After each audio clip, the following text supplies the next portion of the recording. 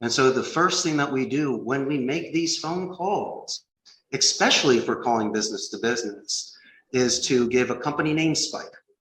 Usually it's one of my favorite techniques. It's when the first 3 seconds of the call, you can match what the person says who answers the call, or you can say it yourself a little bit better than how they do it.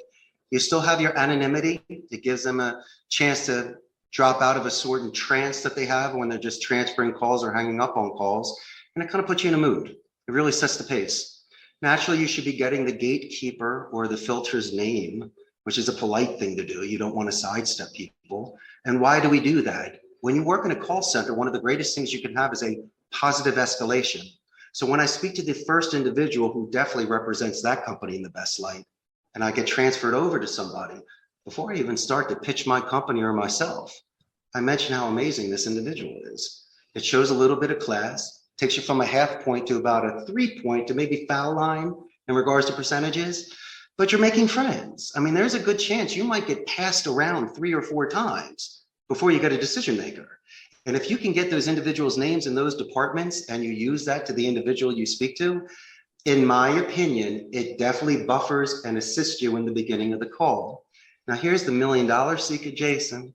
Besides just giving a positive verbal escalation to the client, when I send my follow-up email to them, I will always write those individuals' names, because when you have a written positive escalation, you and I both know that will separate us from 1,000 other people making phone calls there.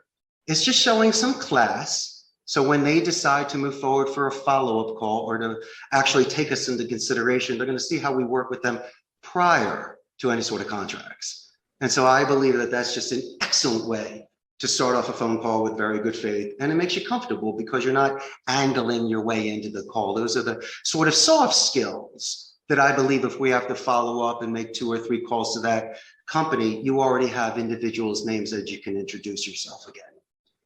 Yeah. And I love that. And one of the biggest things I see is that a lot of people view the gatekeeper as a gatekeeper and in negative terms, and a opponent they have to overcome in order to get to who they want, right? Like American football, it's like, I got to run through this person to go tackle this other person. It's like,